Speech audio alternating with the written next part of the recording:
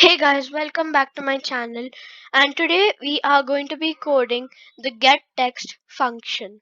So I've already designed the button part, so let's just go and do the rest.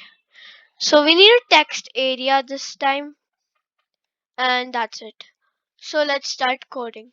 So on event, button 1 click.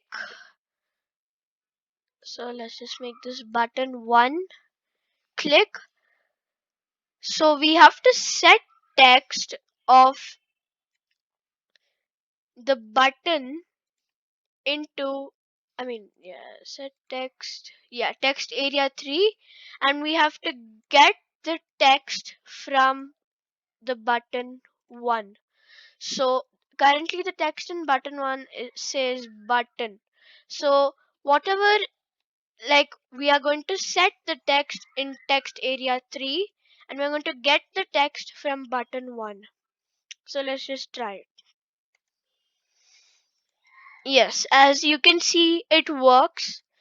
So you could actually do anything with it, and it not necessarily needs to be text area and button 1. So let's just try the opposite.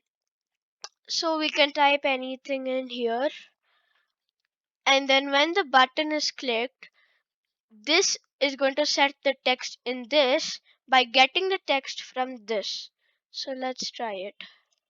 Yes, it works the opposite way too.